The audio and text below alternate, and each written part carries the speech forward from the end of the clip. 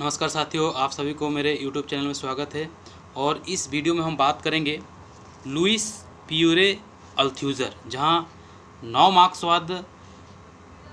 मार्क्सवाद पर अपने विचार व्यक्त किए थे।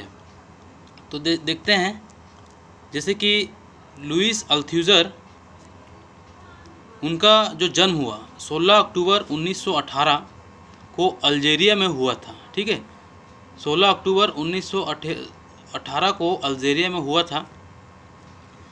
इनकी जो शिक्षा दीक्षा पेरिस में हुई और वह दर्शन शास्त्र के प्रोफेसर भी नियुक्त हुए। इसी के संबंध में उन्होंने अल्थ्यूज़र फ्रेंच कम्युनिस्ट पार्टी के एक लंबे समय तक सदस्य भी रहे हैं। यद्यपि कभी कभी उन्होंने इसकी कटु आलोचना भी की है। अल्थ्यूज़र सामान्यतः संरचनात्मक मार्क्सवादी है। ठीक है, अल्थ्यूज़र जो है एक संरचनात्मक मार्क्सवादी है। यद्यपि फ्रांस के संरचनावाद से जुड़े अन्य विद्वानों से उनके संबंध सहज नहीं रहे। कहीं ना कहीं उन्होंने मार्क्सवाद की भी आलोचना की है। उन्होंने संरचनावाद के कई पहलुओं की उन्होंने कटु आलोचना भी की है। और देखा जाए तो मार्क्स के निर्धारणवाद को भी उन्होंने अमान्य कर दिया था। लुइस अल्थ्यूज़र का मार्क्सवादियों में अत्यधिक महत्वपूर्ण स्थान है। अल्थ्यूज़र ने मार्क्सवादी सिद्धांत को बहुत गहराई से समझा तथा उस पर अपनी अमिट छाप छोड़ी। संरचनात्मक मार्क्सवाद के क्षेत्र में एक मील का पत्थर है। संरचनात्मक मार्क्सवाद के क्षेत्र में एक मील का पत्थर बन चुके थे। अल्थ्यूज़र का जो जीवन है अत्यधिक दुखदायी था। उनके जीवन में अत्यधिक उतार चढ़ाव आए। बाल्यकाल में ही उनको दुर्भाग्य ने घेर लिया। उनकी माता लैंगिक ग्रंथियों से पीड़ित थी तथा पिता उनसे बहुत ही दूर रहते थे। ऐसी माता का उन पर इतना खराब प्रभाव पड़ा कि उन्होंने पागलपन के दौरे पड़ने लगे और पागलपन में उन्होंने अपनी पत्नी की हत्या कर दी और अपने जीवन के अंतिम 10 वर्ष उन्होंने पागल खाने में गुजारे। इनकी मृत्यु 72 वर्ष की आयु में 22 अक्टूबर 1990 को पेरिस में फ्रांस में हुई थी। अल्थ्यूज़र की जो कृतियाँ थी पागलपन से पहले ही की थी। उनकी जो विचित्र अवस्था, उनके लेखन में हमें संबंधता देखने को नहीं मिलती है। जैसे कि कुछ पुस्तकें का उन्होंने लिखा था। 4 मार्क्स 1966 में लिखा था। रीडिंग कैपिटल 1970 में। Lenin and philosophy and other essays 1971। Philosophy and the spontaneous philosophy of the scientist and other essays 1990 में इन पुस्तकों की उन्होंने रचना की थी। अल्थ्यूज़र एक संरचनात्मक मार्क्सवाद के रूप में, जो कि फ्रांसीसी विचारक है, उन्होंने संरचनात्मक मार्क्सवाद अर्थात नौ मार्क्सवाद पर अपने विचार दिए थे। संरचनावादी निर्धारणवादी मानता है। उन्होंने लुइस अल्थ्यूज़र जो है, लुइस अल्थ्यूज़र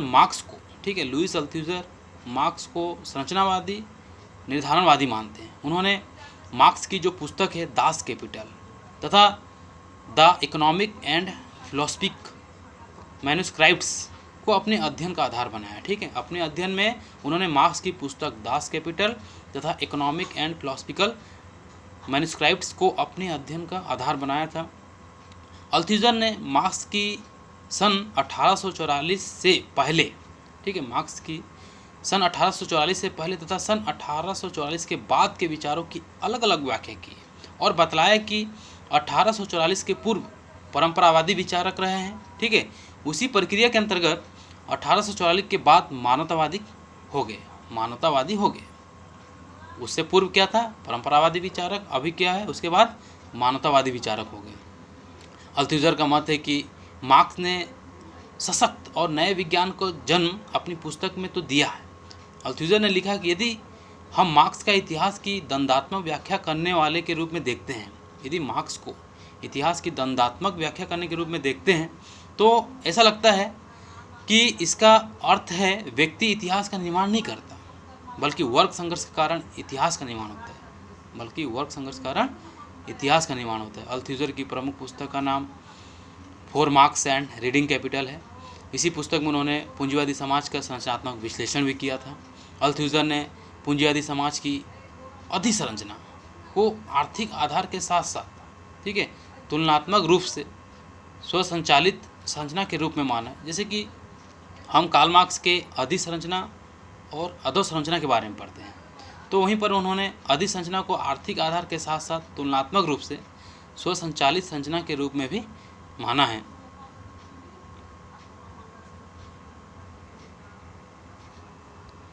जहाँ पर मार्क्स ने सामाजिक संरचना को मोटे रूप में दो भागों में विभाजित किया था। समाज के संपूर्ण ढांचे के ऊपरी भाग को उन्होंने अधिसंरचना तथा निचले भाग को तथा बुनियादी भाग को अधोसंरचना की संज्ञा दी है।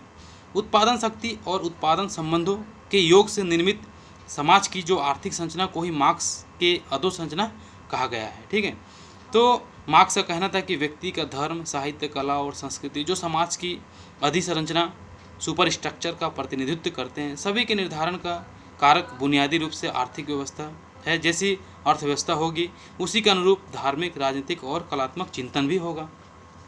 तो वहीं अल्थ्यूजर के अनुसार सामाजिक निर्माण के अंतर्गत 3 मौलिक तत्व हैं। एक हो गया, इसके जो मौलिक तत्व है इसको ध्यान से रख लीजिएगा और नोट बना लीजिएगा। पहला है अर्थव्यवस्था। उन्होंने अल्थ्यूजर के अनुसार सामाजिक निर्माण के अंतर्गत 3 मौलिक तत्व, एक हो गया अर्थव्यवस्था, एक हो गया राजनीतिक व्यवस्था, एक हो गया वैचारिकी। अर्थव्यवस्था, राजनीतिक व्यवस्था, एक हो गया वैचारिकी। समाज का निर्माण एवं उद्ध विकास इन तीनों तत्वों के पारस्परिक अंतरक्रिया के द्वारा ही होता है। अल्थ्यूजर का मत है कि सभी समाजों का जो उद्ध विकास एक समान ना होकर असमान रूप से होता है। समाजों के उद्ध विकास की विवेचना किसी एक कारण के आधार पर नहीं की जा सकती। इसी कारण से अल्थ्यूजर ने मार्क्स के आर्थिक निर्धारणवाद की आलोचना भी की है।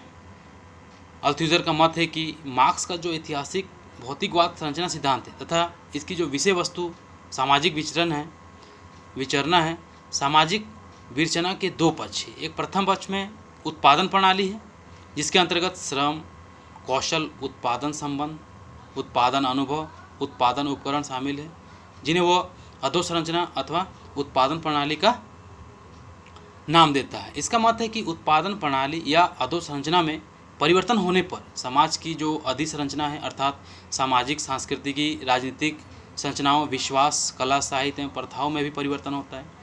इसका कारण यह है कि उत्पादन प्रणाली पर ही समाज की अधिसंरचना आधारित है। समाज की जो उत्पादन प्रणाली जिस प्रकार की होगी, समाज की जो अधिसंरचना भी उसी प्रकार का होगा। तो इस प्रकार इसका कहना था अल्थ्यूजर का। द्वितीय, अल्थ्यूजर ने सामाजिक विरचना की अवधारणा में अर्थतंत्र, राजनीतिकी और वैचारिकी उसकी जो मतलब कि द्वितीय में उन्होंने अल्थ्यूजर ने सामाजिक विरचना की जो अवधारणा की है, विरचना, सामाजिक विरचना, उसमें अर्थतंत्र, अर्थव्यवस्था, राजनीति और वैचारिकी एवं सिद्धांत आदि को शामिल किया है। अल्थ्यूजर अपने सामाजिक विरचना में मार्क्स द्वारा वर्णित अधिसंरचना एवं अधोसंरचना दोनों को शामिल करता है। अल्थ्यूजर का विचार है कि समाज एवं संस्था के परिवर्तन में उत्पादन प्रणाली के तत्व उसी प्रकार रहते हैं, केवल संबंध बदल जाते हैं। उदाहरणार्थ जैसे कि सामंतवादी उत्पादन प्रणाली में श्रम अधीन रहता है, जबकि पूंजीवादी व्यवस्था में श्रम मुक्त रहता है। सामंतवाद की तरह उसे कोई मतलब कि उजाड़ नहीं सकता। संबंधों के बदलने को उत्पादन प्रणाली का परिवर्तन कहा जाता है।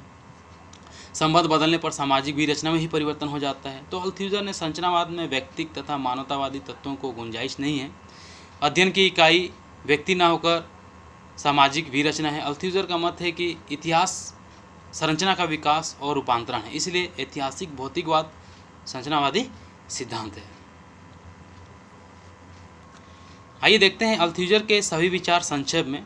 कुछ विचारों को प्रस्तुत किया है, जैसे कि पहला है अल्थ्यूजर जो है परंपरागत मार्क्सवाद के आधार पर बेस और अधिसंरचना सुपर स्ट्रक्चर की आलोचना के लिए जाने जाते हैं। अल्थ्यूजर का मत है कि आर्थिक उत्पादन प्रणाली जो है ना, अधिसंरचना अर्थात राजनीतिक कानून, नैतिक आदर्श, विचार, धर्म आदि का निर्धारण नहीं होता है। अल्थ्यूजर मार्क्स के इस विचार को जब आधार में परिवर्तन होता है तब अधिसंरचना में भी परिवर्तन होता है यथावत स्वीकार नहीं करते हैं। मार्क्स के इस कथन में वो आर्थिक निर्धारणवाद को देखते हैं। आर्थिक निर्धारणवाद की मतलब कि उन्होंने आलोचना भी की है, कहा है कि उसमें बहुत सारी आपत्तियां हैं, इसलिए आर्थिक आधार न मानकर विचारधारा और राजनीति को अर्थव्यवस्था के अस्तित्व की दशाओं के रूप में उन्होंने स्वीकार भी किया। दूसरा है अल्थ्यूजर ने विचारधारा की प्रकृति को पुनर्परिभाषित करते हुए कहा है कि विचारधारा को एक मिथ्या धारणा की अपेक्षा एक वास्तविक संबंध का व्यवहार माना जाना चाहिए। उन्होंने विचारधारा को ठीक है, अपने सामाजिक विरचना में बहुत अत्यधिक महत्व दिया है। तीसरा है इतिहास के विषय में मार्क्सवादी विचारधारा यह है कि मानव जाति कई स्तरों से गुजरती हुई साम्यवादी स्तर पर पहुँची है।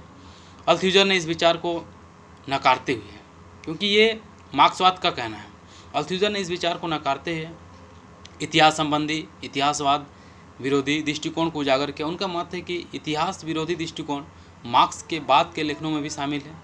चौथा है अल्थुजर की दृष्टि से बड़े स्तर पर होने वाले ऐतिहासिक परिवर्तन सदैव आकस्मिक होते हैं तथा किसी सामाजिक प्रणाली को प्रभावित करने वाले अनेक विरोधों के अतिनिर्धारण या सघन की प्रक्रिया का अपवादित परिणाम होते हैं। अतः मार्क्स ने इस कथन का इतिहास का रुख हमारी ओर इतिहास की व्याख्या में कोई स्थान नहीं होना चाहिए।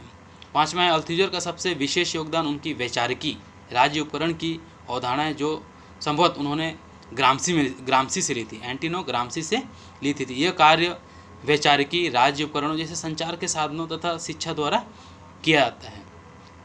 तो वही नेक्स्ट है अल्थुजर का सबसे विवादास्पद विचार सैद्धांतिक मानवतावाद। ठीक है, उनका सबसे विवादास्पद विचार सैद्धांतिक मानवतावाद व्यक्ति और समाज के विरोध में है। उन्होंने उन सिद्धांतों की कटु आलोचना की और व्यक्तियों या व्यक्तियों के समूह जैसे वर्ग की विशेषताओं के आधार पर मानवीय व्यवहार की व्याख्या भी करते हैं। ठीक है, अल्थुजर का मत है कि व्यक्तियों को सामाजिक संबंधों की संरचनाओं के प्रतिनिधियों या निर्माण करने वालों के रूप में भी देखना चाहिए। तो ये हो गया आपका नव मार्क्सवाद के संबंध में अल्थुजर के कुछ विचार। इस प्रकार अगली वीडियो में हम लेकर आएंगे नव मार्क्सवाद के संबंध में एंटोनियो ग्राम्सी का क्या आधिपत्य था। ठीक है, एंटोनियो ग्राम्सी पर क्या विचार, एंटोनियो ग्राम्सी ने क्या विचार दिए थे। धन्यवाद।